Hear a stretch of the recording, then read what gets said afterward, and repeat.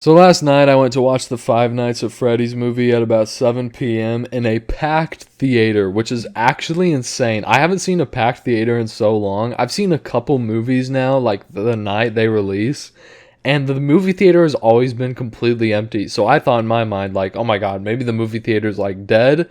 But no, this theater I went to last night for the Five Nights at Freddy's movie was absolutely packed full of people, which I think is really cool, especially for horror movies, because it just brings an extra dynamic to the movie, which is pretty cool. Like if something happens on screen, it's like everybody freaking out, like, oh my gosh, or if there's a cool cameo, people, being excited about the cameo. So I think watching a movie in a theater is pretty cool just because of that. And I wasn't too sure what to expect when going into this movie because the Five Nights at Freddy's games, at least from what I know, and I know hardly anything, so what do I know, don't have much of a story. It's like kind of like jumbled pieces together, like, oh, these are the animatronics, this is how they move, stuff like that. There's not really like any background or anything, so I wasn't sure how they would make a movie out of it. And I haven't watched any trailers to this movie either, so I really didn't know what I was getting into. I personally hate watching trailers. I find most trailers just ruin an entire movie for me. So whenever I'm gonna watch something or whenever I think something sounds cool, I pretty much seriously just base it off of the title of the movie and the cover. If that looks good to me, then cool, I'll watch it, I'll check it out, I'll see what it's about. And I think, for me at least, that's the perfect way to get into a movie or a TV show. And I wasn't completely blind with Five Nights at Freddy's through this thing. I obviously know what they are. I've played 4 of the games, the first 4 Five Nights at Freddy's games, plus Security Breach. I never beat any of those games, but I played them. I knew a little bit. Obviously, I know who Vanessa is. I think in Security Breach his name was Gregory, so I guess in the original Five Nights the security guard's name is Mike. I didn't know anything about like how the characters, how the animatronics moved or why they came to life. And I didn't know much about William Afton, aka Springtrap, but I knew who all these characters were, right? And I'll be honest, I thought this movie was I wasn't a huge fan of it, which kind of sucks. And I'm not going to go into spoilers. I'm not going to spoil anything in this movie that it shouldn't be like already known. But I do want to talk about the pros first because there are a few pros. I think the sound design is really well. The sets are made so incredibly, and the costume design is unreal. I mean, those costumes look like CGI kind of with how good they look. I mean, it's insane that those are like actual costumes with people in them. I think the acting in this movie was really good too. Obviously, I think Josh Hutcherson, I think that's his name, right? The guy who plays the security guard.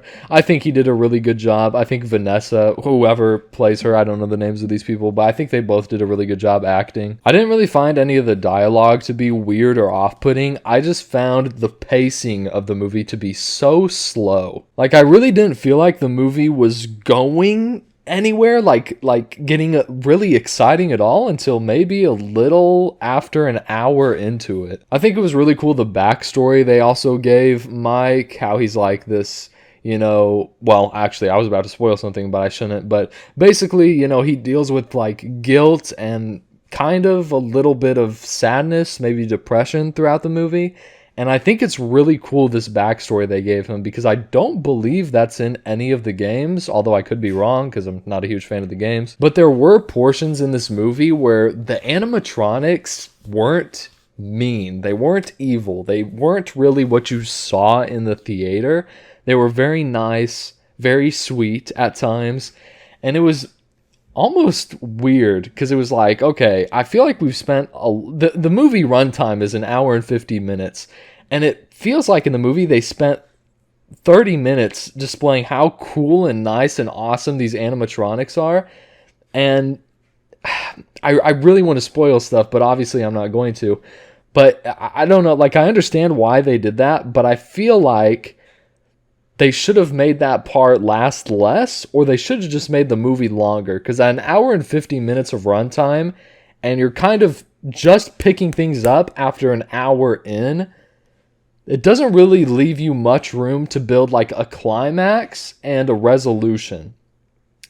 Also, really far into the movie, like pretty much at the end, I'm pretty sure this isn't a spoiler. William Afton, obviously everybody knows who he is. He's in this movie. I think that was in the trailers too, so that's not a big surprise. William Afton is in this movie for maybe like 3 minutes. Springtrap is in this movie for maybe like 3 minutes. And that was kind of the like big climax of the movie. And it's just weird how he was utilized. I really wouldn't be surprised if they said that they filmed all of this guy, the guy who played Springtrap. I wouldn't be surprised if they filmed all of his scenes in like 2 days because he was so underutilized. I mean, they didn't really do anything with him. I thought the cameos were cool. That's another pro, I guess. I thought the cameos were pretty cool. There's a cameo of Matt Pat and a cameo of Corey Kenshin. The whole, theater got excited when they saw those two. So I think it's really cool that they did that and they kind of let people who popularized the game like 10 years ago or so. I don't remember when the game first came out.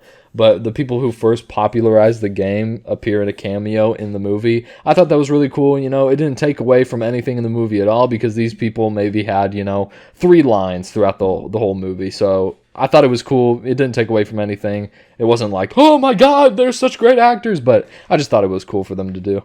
And it's kind of weird. In a way, there's a lot more comedy in this movie than horror. This is not like a scary movie at all. You would seriously only be scared of this movie if you're probably under the age of 10. It's not a scary movie in the slightest. I mean, there are some like jump scares, I guess, that may make you go like, oh, that's kind of crazy. But this is not a movie where you're going to be like, oh my God, I got to sleep with the lights on. It's not a horror movie at all, which I'm totally fine with. I often think that horror movies that purely rely on like jump scares and stuff are pretty silly. I think what makes a good horror movie is like the atmosphere it sets, the suspense, the kind of feeling of like, I don't know what's going to happen next, just stuff like that. And this movie really, to me, wasn't that suspenseful. Obviously, I've seen the games, I know what's going to happen, but I mean, if you watch the trailers, you know what's going to happen too. And I don't know, man. Even the ending, I just wasn't really happy with. It all just seemed very rushed at the end there. Like, there was this big climax. Here's Springtrap. Oh, he's gone in 3 minutes. Here's the end of the movie. I don't know. It just seemed so weird. Like I said earlier, there was some comedy with Balloon Boy. You're going to have to see the movie to find that. That was kind of funny. There was some action in this movie. There wasn't really a lot of action either. Yeah, it just wasn't like a crazy thing. I'm not too big of a fan of this movie. I saw that Rotten Tomatoes rated this a 37%, which I think is a bit harsh, although I don't completely disagree with that. I would probably give this movie a 6 out of 10, which really sucks because I really wanted to like this a lot more, but I just feel like they should have probably made the movie longer, and there's probably parts of the movie that they could have made shorter. Even like kind of at the end there, and it really sucks to say this, but even at the end there, I was kind of waiting for it to be over with. I was kind of getting bored. And that really sucks to say. But overall, was this movie terrible? No. Was it the worst thing I've ever seen? No. Is it good? I'm just going to say it's like a mid-movie. I can't really say this movie is that good. A good movie I'd probably watch again. I would not watch this movie again, unfortunately. Like I said, that really sucks because I really wanted to like this. But, it is what it is.